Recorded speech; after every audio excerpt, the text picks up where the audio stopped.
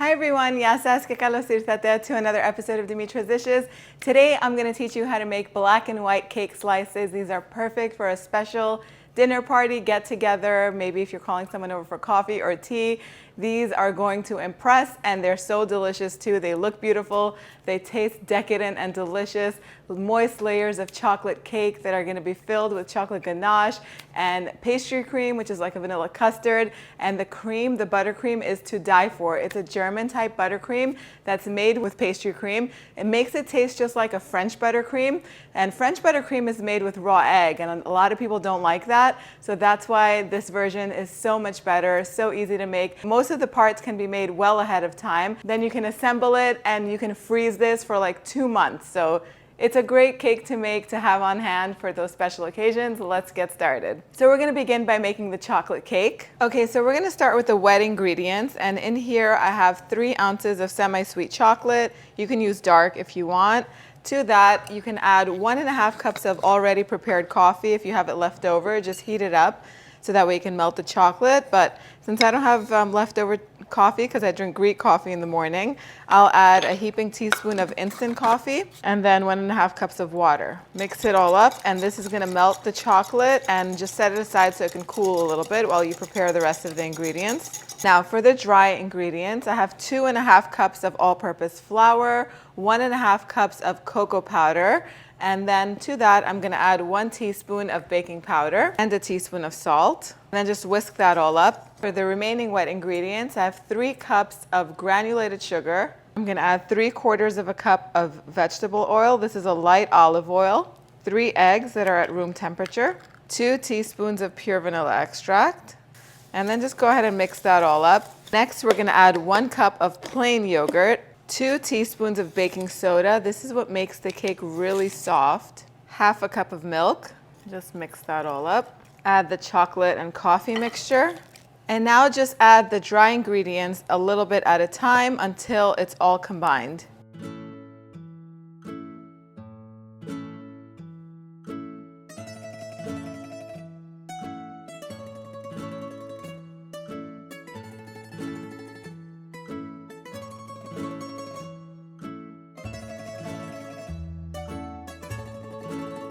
Okay, then you want to line 2 half-sheet baking trays with parchment paper. The exact measurements of these trays are going to be on the recipe card, so I don't remember exactly how big they are. Spray the parchment paper with some cooking spray, or you could brush it with olive oil or butter, and then go ahead and distribute the batter evenly between the 2 pans. I like to use a big ice cream scoop for this, and it's usually about 10 scoops per pan.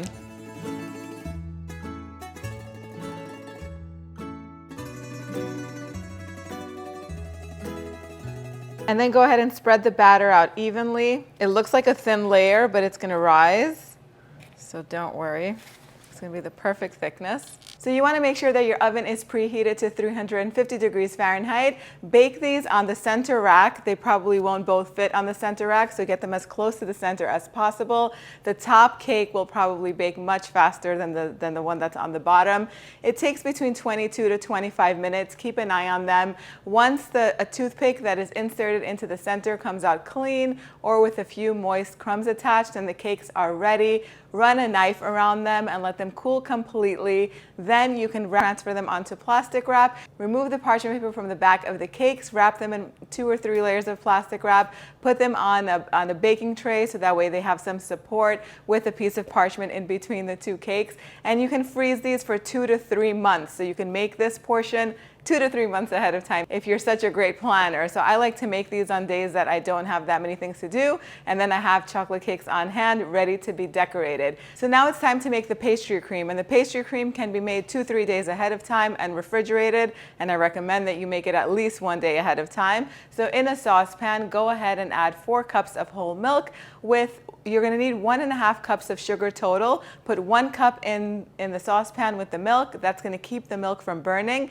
and the half of a cup in another little mixing bowl where we're going to mix the eggs with in a little while. Put a little pinch of salt in there and bring it to almost a boil. Once it's steaming hot, then you're going to add it to the egg component of this. So in a mixing bowl, you're going to add 8 egg yolks along with the 1/2 cup of sugar, 8 tablespoons or 1/2 cup of cornstarch, and half a cup of heavy whipping cream. Mix that all together until it's nice and smooth, and then go ahead and pour the steaming hot milk into the egg mixture to temper the eggs so that way they stay nice and smooth and creamy when they're added back into the pan. So add the egg mixture back into the pan along with the milk and cook it over medium heat, stirring it constantly until it thickens. As soon as it comes to a boil, it's going to start to thicken. Then you're going to want to take it off of the heat and stir in about 3-4 teaspoons of pure vanilla extract. Mix it all up and then transfer it to a big bowl and cover it with plastic wrap so it doesn't form a skin on top. Once that reaches room temperature, then you can go ahead and refrigerate it. And like I said, it can stay refrigerated for 2 to 3 days. Right before you're ready to use it, you're going to want to whisk it up a little bit because it does tend to harden a little bit. So you want it to be nice and smooth. Just whisk it up and let it come to room temperature before you add it to your buttercream. So we're going to use the pastry cream to make the buttercream. It's going to make it nice and creamy without an overpowering butter flavor in it. So before you use it, you want to make sure that it's at room temperature. So if you made it a few days ahead of time and it's cold, either take the whole bowl and let it sit out at room temperature for an hour, or you can take the bowl and put it in a bowl of warm water, or you can microwave it for a few minutes, maybe 1.5 minutes, 2 minutes, and then whisk it all up to break it up and make it creamy. So I have the whisk attachment on my stand mixer, 4 sticks of butter, which is 1 pound. To that, I'm gonna add half a teaspoon of salt, that's unsalted butter. And I'm also gonna add 2 teaspoons of pure vanilla extract. We're gonna make a vanilla buttercream.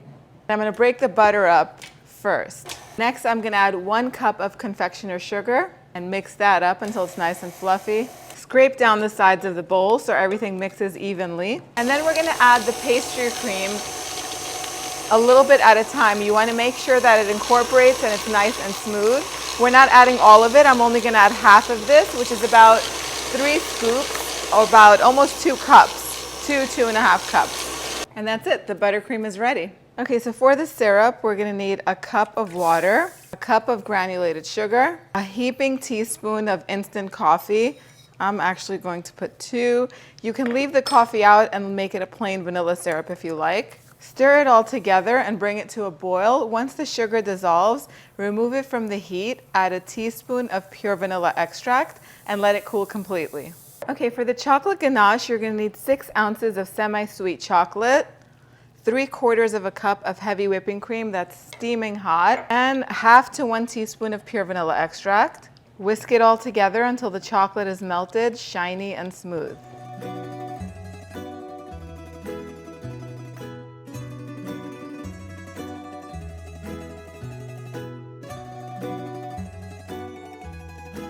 So now it's time to assemble the black and white cake, and it's so much easier to work with if it's still frozen. So don't thaw it out because it's a very moist and sticky cake, and you'll see how much easier it is to work with if you make this ahead of time and keep it frozen or at least slightly chilled.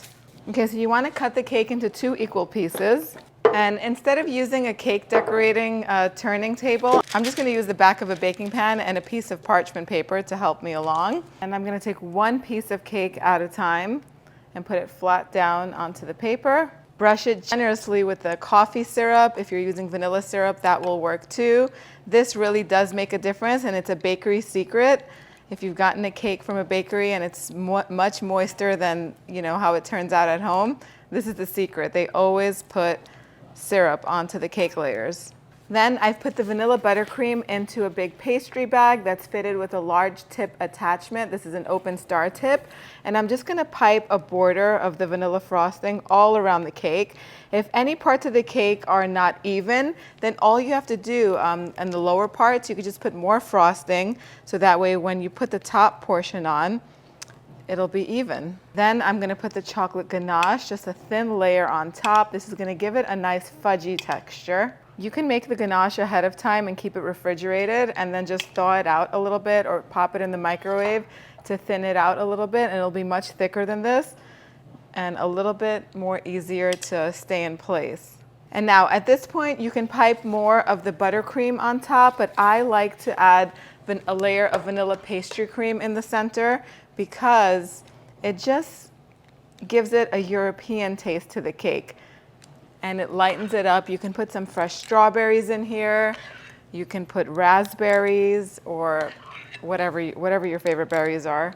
They all go well in here. And if the ganache wasn't so slippery, it would be much easier to spread this pastry cream. So I'm going to be very careful. When you're making it at home, make the ganache ahead of time so that way it doesn't mix in with the pastry cream and the pastry cream doesn't slide all over the place. But I am using this small offset spatula to help me, and I'm just pushing it from the top. Then we're going to take the next piece of cake, and I'll take the thinner side to put it on top of the thicker side so it's more even. If the cake was thawed out, lifting it and putting it on top would be a big mess. It would start to crack on you and it will actually break. So make sure that it's still frozen. Then brush the top with more of that coffee syrup. Focus on the edges because the edges tend to be much drier than the center of the cake.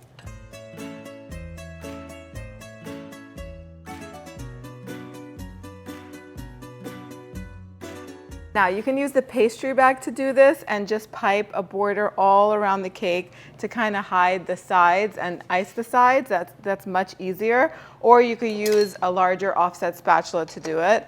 I am going to use the pastry bag so I can show you just how easy it is.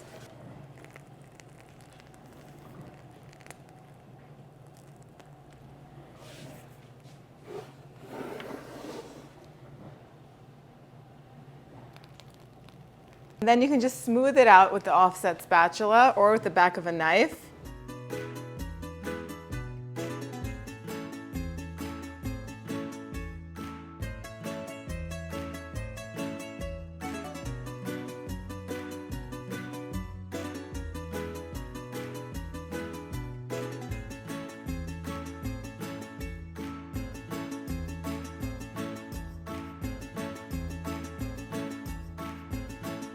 And the cake doesn't have to be as smooth as mine is. I have plenty of cake decorating experience. It can have little decorations or swirls on it from the back of a spoon or a knife or whatever you're using. Because we are going to slice this into individual sized portions. Just take the remaining buttercream that's in here and put it in the pastry bag because this is going to be used to pipe little rosettes on top of each slice. And then just take the ganache and just drizzle it on top. You can put this in a little bag too, but I just like to just make little diagonal lines along the whole cake. And this is going to go straight into the freezer. So the size that you want to cut these is completely up to you. I like to cut them into 2 by 4 inch little rectangles. I think that's a good serving size.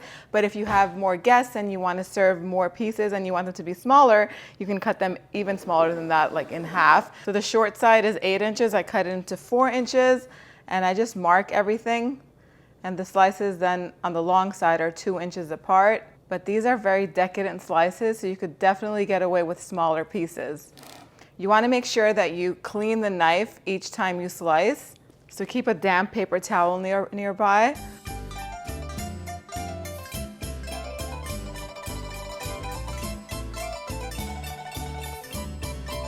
And I like to buy these large cupcake liners to put each slice into. It makes it so easy to serve. Now, it's a good idea to freeze it one more time. The slices are going to just come out much easier. But let's see, we're going to try to do this neatly.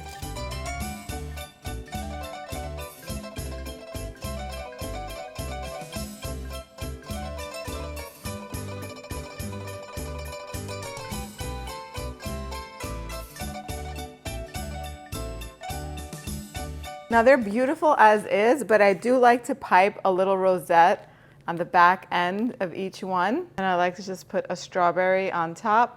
So I'm going to leave the remaining slices on this board and I'm going to put it in the freezer. Once they're frozen and they're more solid and set, I'm going to transfer them onto the little paper liner cups. Then I'm either going to put them in an airtight container that's freezer safe, or I'll put them on another tray, wrap it really well with plastic wrap, and freeze them. These stay fresh in the freezer for like 2 months. This does not go bad, which is a great dessert to have on hand if you have friends stopping by for coffee and you don't have anything prepared. They thaw out in like 30 minutes while you're making coffee and chit-chatting. They're going to thaw out and they'll be ready to serve. So it's a great dessert to make ahead. If you're freezing it, do not put the berries on top because then they're going to, just wrinkle up and become watery in the freezer. Then we're going to finish off with a taste test.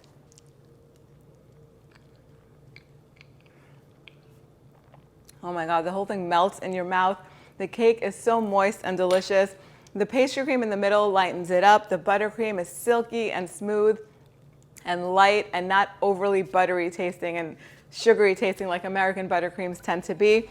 You guys are gonna absolutely love this. I hope you give this a try. Head on over to the website and print this out, www.dimitrasdishes.com. Let me know what you guys think. And also, if you wanna learn any more cakes, put your requests in the comment section and I will add them to my list. If you wanna learn how to make more delicious cakes, click over here and I will see you right over there. Yes, yes.